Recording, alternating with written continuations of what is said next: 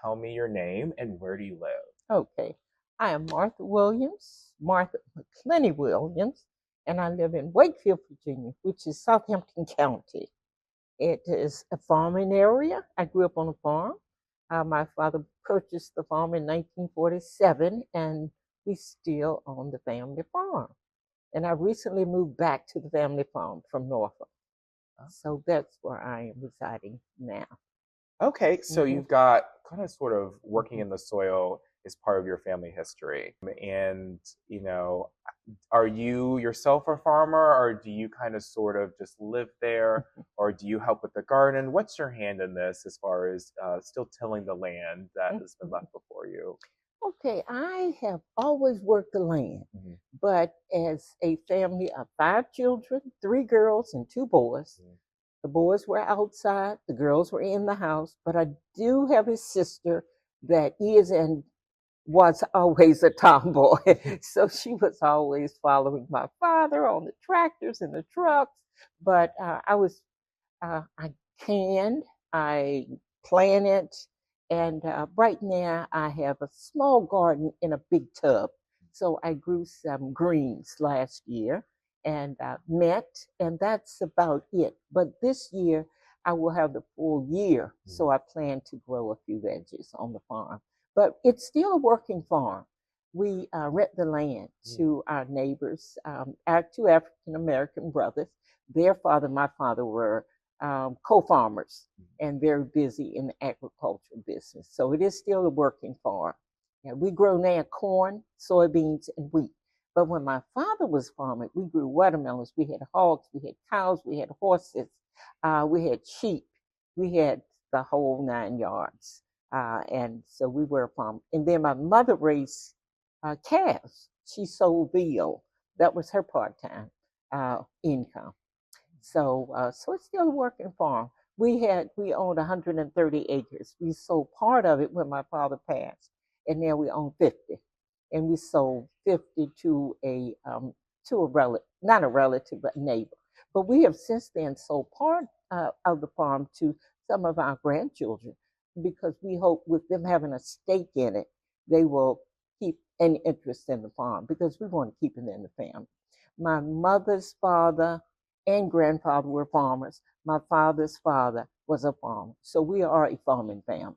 And that is a really kind of sort of typical story of a lot of African American history in America is there's a history tied into farming. You know, even myself, my grandma's 10 to 12 children. The farmhouse I visited, you know, for Mm-hmm. homecoming, we always go back to the house, and someone he still manages the land. So there is a tie to the soil that's deep rooted in our Mm, history, and of absolutely. course yours as well. And it's such a beautiful thing once you go back and you're able to pick from the land. Right, yes. There's a deeper connection there. So take me a little bit further into the future about you and North Botanical Garden. So in 2003, you joined North Botanical Garden Board, Yes. and I kind of want to know how that opportunity was presented to you.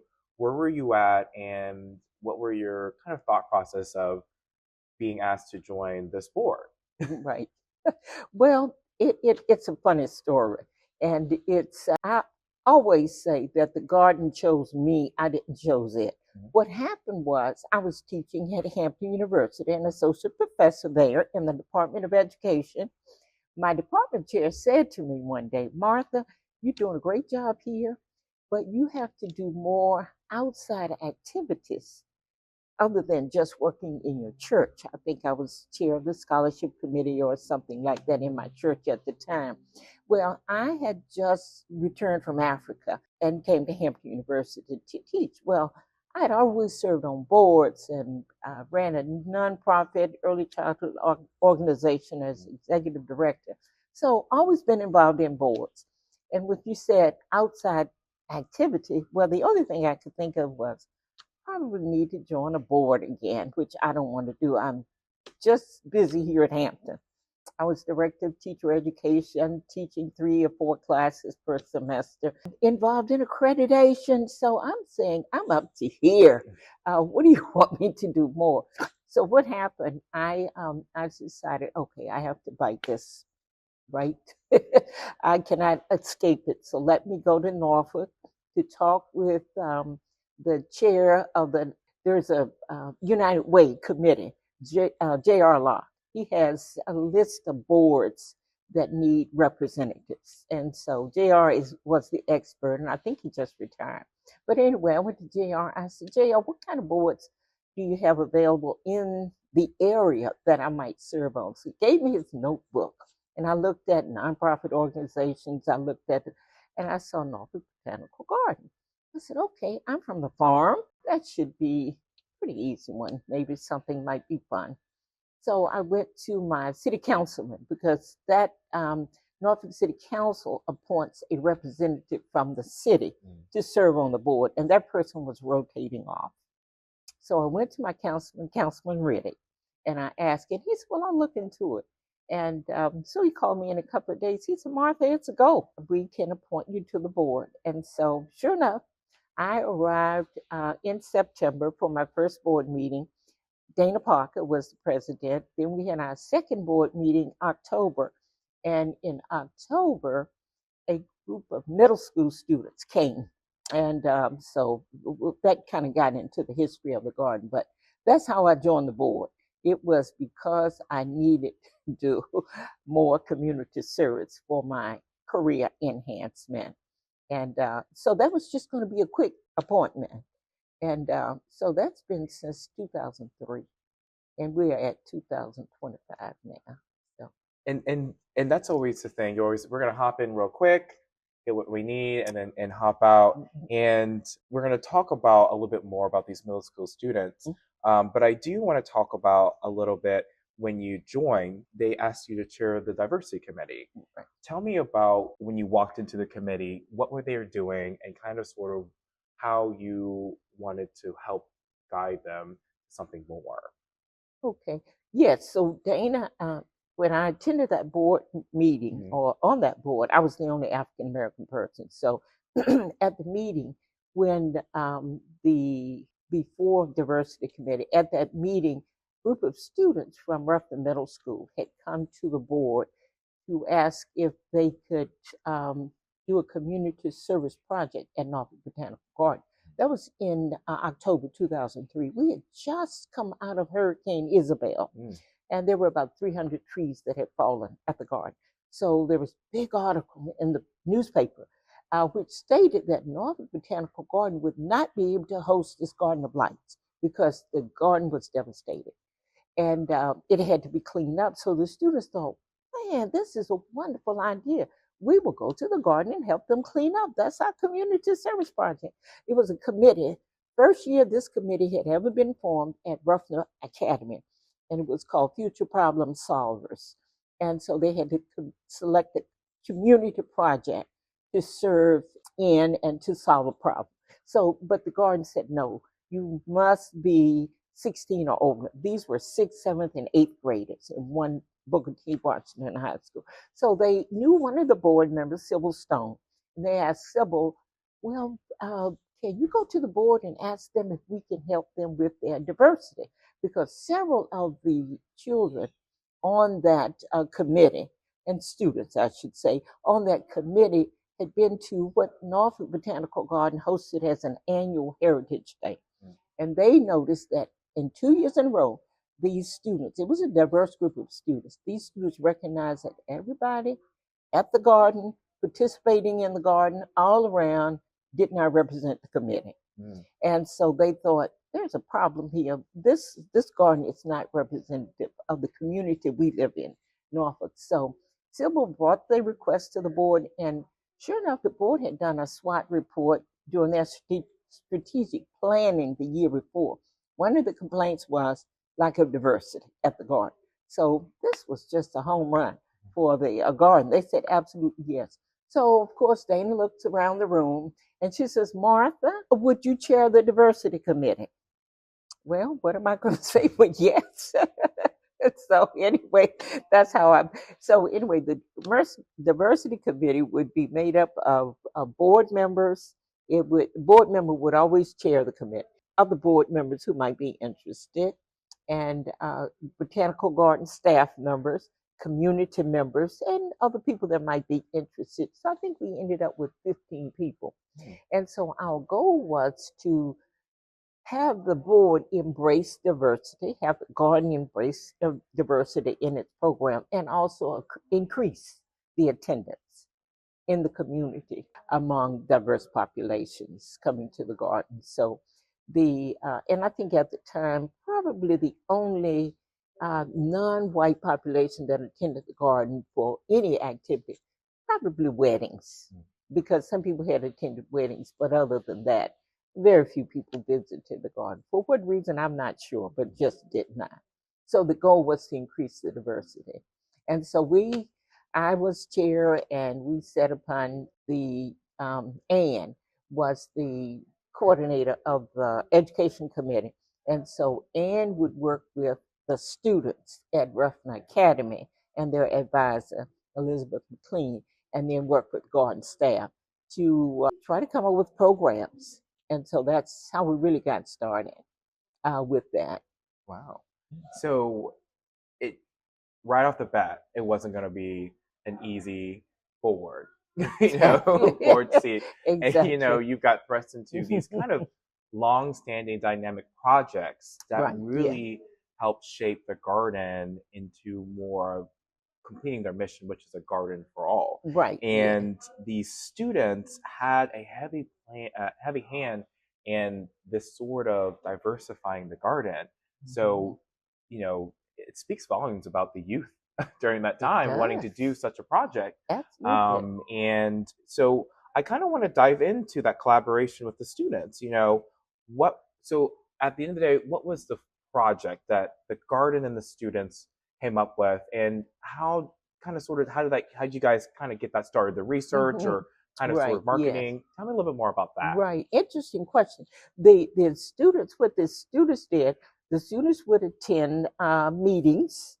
2 students, I think there were about 15 students on the committee that were members of the club. So 2 students would attend a committee meeting when we met with their advisor.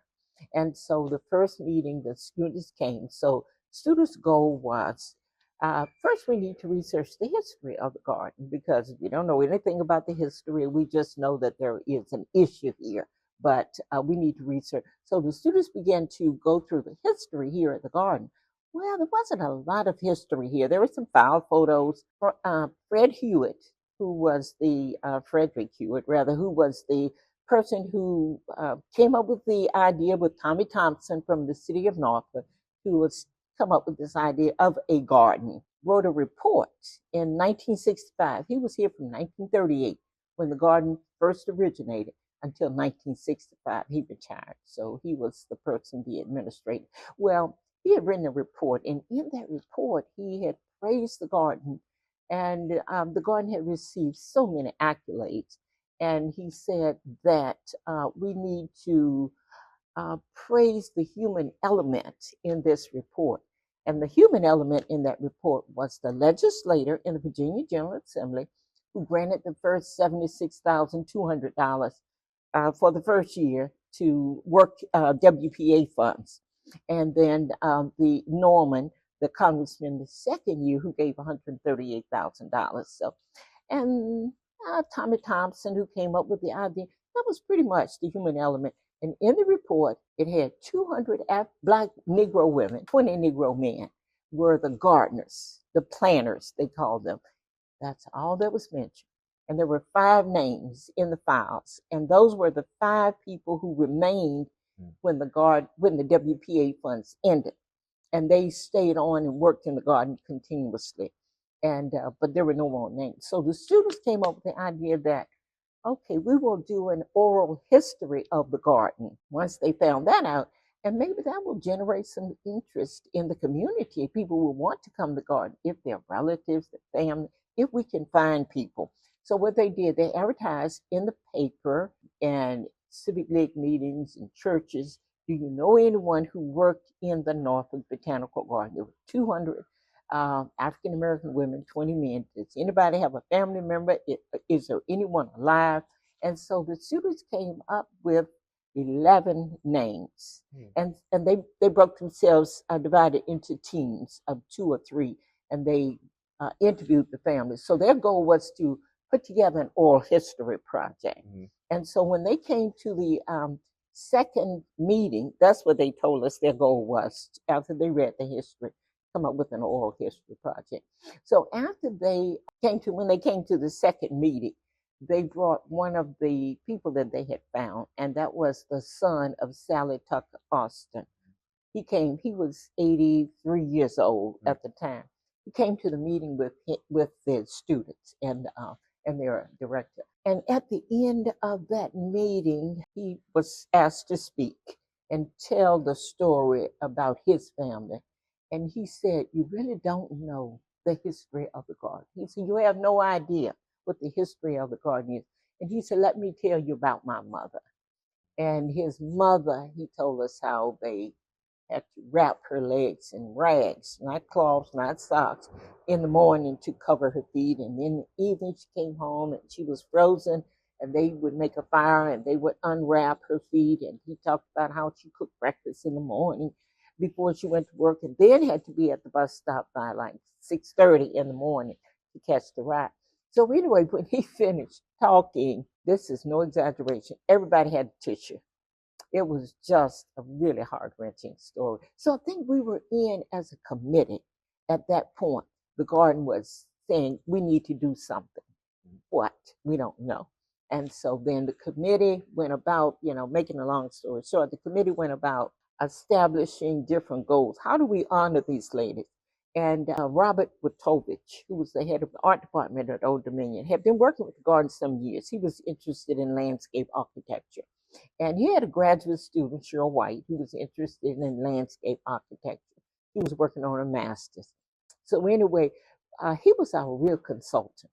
And so he came in and he said, well, maybe a fountain, maybe a sculpture, maybe a painting, some kind of mural or something we need to do.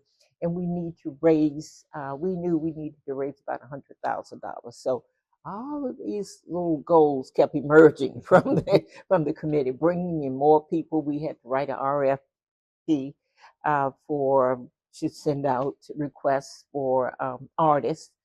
When we finally decided on a sculpture, is what we finally decided on. But it was a long journey. So 2003, and but the students, of course, have a timeline because they are graduating, moving on to high school.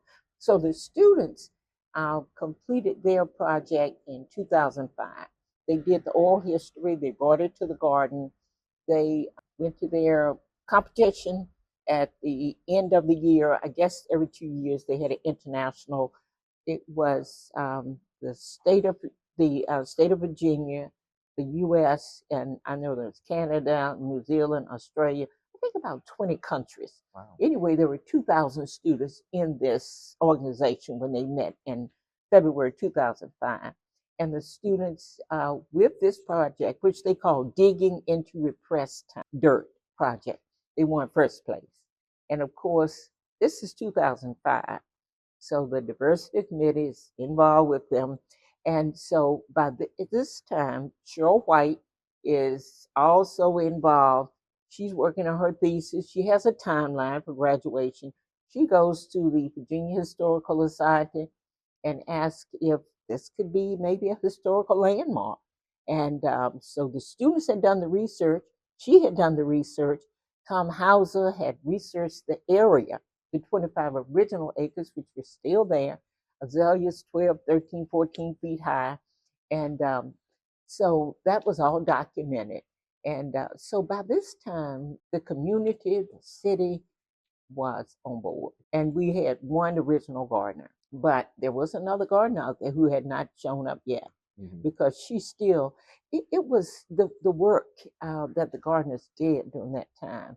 Nobody had really told the story until the students began to talk to the relatives to find out what they went through, that they really worked in a swamp. They only had pickaxes, hoes, shovels, spades, and a wheelbarrow, iron wheelbarrow that they worked with. They didn't have horses and carts and that kind of thing. Ladies cutting down trees, ladies hauling long trees that they had to chop up.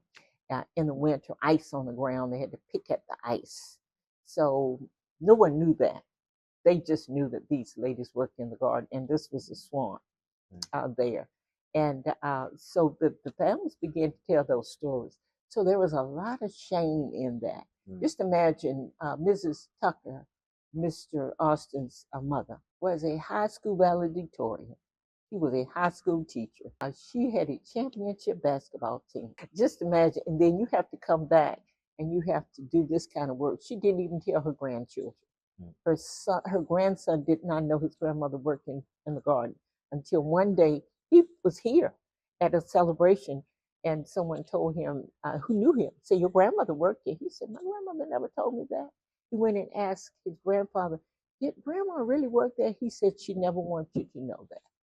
So that kind of shame is what kept our last gardener from coming forth. She didn't want people to know she did this work.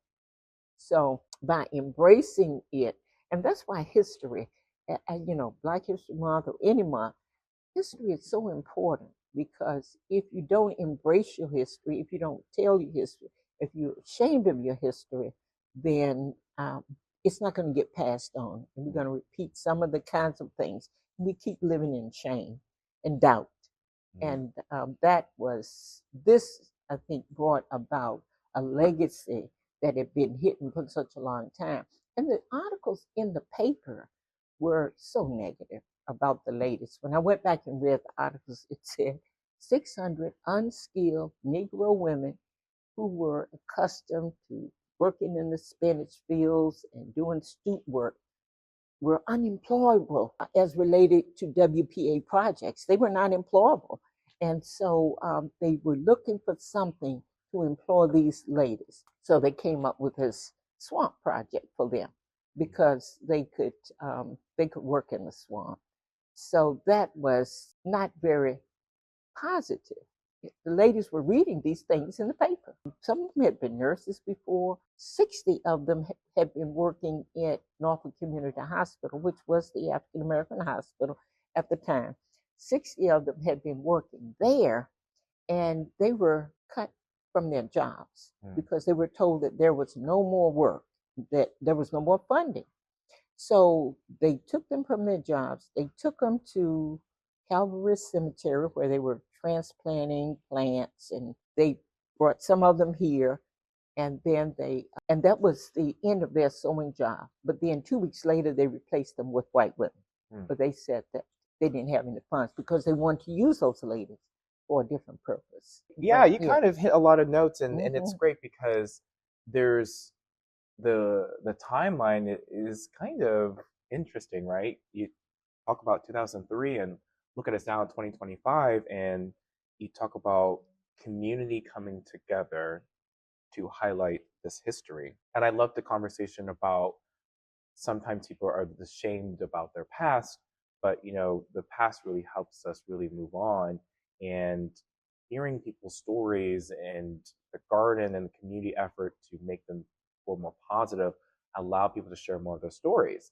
And we had the honor of talking with Helen Ferguson about her mother, because I think she's the one that you're talking about. And she was not willing to come back to the garden. Her daughters tried to bring her to the lights. She said no. But through these efforts and people nagging her and telling her, "You have to come," she eventually opened up. Right. And she ended up being the person who unveiled Breaking Ground. That's how the garden celebrated these 220 African women, which is a fantastic sort of experience. She says, "That's my first time entering the garden, is watching my mother unveil Breaking Ground and hearing about the stories of these workers." And that's just a reality that we face today, is uncovering more stories about African Americans working these big projects in America or for the military or anything like that, because it seemed to be kind of covered up. Right. Yes. People work this thing, untold stories. Yes. And or in a negative way. Exactly. Right. Because Mrs. Ferguson, when she goes from not wanting to be identified, the first time she comes to the garden, she brings her 5 children and few relatives. And the third year that we had this celebration, guess how many family members were here? 50. So Carter G. Woodson was right in terms of Black history and celebration, telling our stories. Once you put it in a positive light and show the value of it, then people embrace their legacy and that shame is removed. So I think that's the wonderful thing that we're doing here today. We're uncovering, we're telling the story. And it's one that we want to continue to keep telling. But that is always a good example of how you move from shame to pride when you go from 8 to 50 family members. And we have that picture in the Garner archives too. Yes, and so I understand that there was really no book on this story. So talking about preserving history is knowing history, and you have a heavy hand in kind of helping preserve these stories. So talk a little bit about this book that you've made. You've had 2 books about the garden's history. I know one's a children's book that recently came out, and then of course you have the original book that you created. How did you become a writer? I don't think everyone just writes a book, so tell me that story about that. Well, since being a young child, growing up on a farm, you just didn't have a lot of attractions and that kind of thing. My mother was a work, always something to do. So I would escape to my room and read. And when I went to school, we had a library. I would always read. So I've always been a reader. And I've always liked to write. My uncles, when they went overseas to Korea, and I can't remember, one went to Germany, they said, Martha, I think I was in maybe late elementary school. So my uncle said, if you write me, I'll bring you a nice gift back.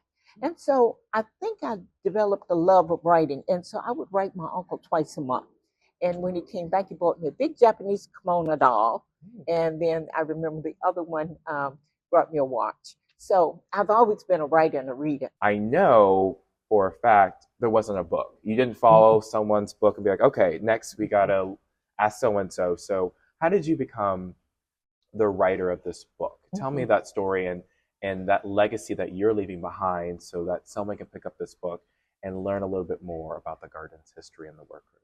Okay, well, in terms of writing the book, I had no intentions of writing the book, of course, but the garden just sort of captivated me, and it just wouldn't let me go. Amy Dagnall and I visited so many churches. We attended so many organizational civic league meetings, asking people. We went to community events when there were like festivals, and we had signs, do you know of anyone? And so we were just on weekends, we were constantly, during the week, we would go to different, people would invite us to meetings, senior meetings. And so after the celebration was over, we decided, of course, we were going to have the breaking ground. And the first year, 2008, then we were celebrating the 70th anniversary. And then we decided that we would break ground, and we had the patina there of the sculpture. And then in 2009, of course, the sculpture. Well, we had the celebration, and then I guess the diversity committee thought, well, their work was over. We opened the WPA Heritage Garden, and this work is done. And I said, wait a minute. No, it's not. Because if we stop here, it will just be a piece of iron in a garden, and people will not know the history, will not be there. We have to have this celebration every year. So there was a little pushback there, and then someone suggested every 5 years. Well, every 5 years means no. So we compromised there, and we decided we would have the annual celebration every year. And so it moved from April, when the azaleas, to the fall, depending upon the weather and what the garden was doing. Okay, so after that was over, we could sort of take a breath now, because we've gotten the celebration, we got the sculpture here. But I just kept wanting to know more. Where is the history of this? Who wrote about this? And so I kept looking. I went to all the libraries, went to historians, and no one could find anything. So finally my daughter said to me, well, you have all this information. You've been there from the very beginning of this committee and this activity. So why don't you write what you have? So finally, I decided, okay, I would write. And so that's how the book came about. I decided that I would put together what I had, and I really wanted to give a tribute to Mr. Austin, Sally Tucker Austin's son. I wanted to give a tribute to him, and also wanted to give a tribute to the ladies, the history that I have. So I highlighted 15 of the families in that book. And so I finished that in 2016. So that came about. And then that same year, we had the Breaking Ground Project. So, and that same year, the city of Norfolk decided it would do a public art sculpture. So that's at the gate. So you don't have to come into the garden to see the recognition of the WPA workers, the history of the garden with the roots and the shovel. And then after I wrote that book, I decided, well, I really want children come to the garden. Children are a very integral part of the garden because Norfolk Public Schools send these school buses here. So there should be something for parents who may come to the garden and they want to explain more, show their children more about the garden. So then I decided I really want to write a children's book, but that was much more difficult, I think, than the adult book because putting it in a child's language made it a little more difficult. So that came about. I published that in 2023. So the first book was self-published with Create Space, but the second book I used Ferguson Press to publish that book. But they're all both available on Amazon. But I just didn't find anything. So and my number one reason was I want to tell the story the way it happened, because when we tend to tell stories, we put our own interpretations in there, and people kind of sometimes embellish, or they want to make it appear as prettier than it is. But I wanted the true picture, and so I tried to tell it as accurately as I heard it. So that was my main goal. Well, thank you so much, Martha, for one, leaving so many legacies here at the garden, and also providing some tool for someone to pick up and learn about the garden and see how they can help continue to either find the names that we still don't know, Right. Yeah. or this impacts the way that they view the world around them. Right. Yeah. Because learning from this story might help figure out what they want to do with their Right. life Yeah. and what they want to leave behind. So Right. I Yeah. just want to thank you so much for coming out. I Yeah. really do appreciate and sharing your stories and sharing these stories that you uncovered with these students and with the community. So, and all your hard work you've done for the garden over the years. Thank you. 2003, and you're still here in 2005, and we appreciate you Thank always you. and always. Thank you. So, yes, of course. And it is a history of love, sacrifice, love of my family because I want to make money to support my family, sacrifice my dignity, my pride, and just a legacy to pass on. I think it's even more important today as we learn that struggle is part of the journey and it can have a beautiful ending. So we want to just always, I think, just portray that legacy and let people know that this beautiful garden has a rich history. And thank you very much for having me. Of course.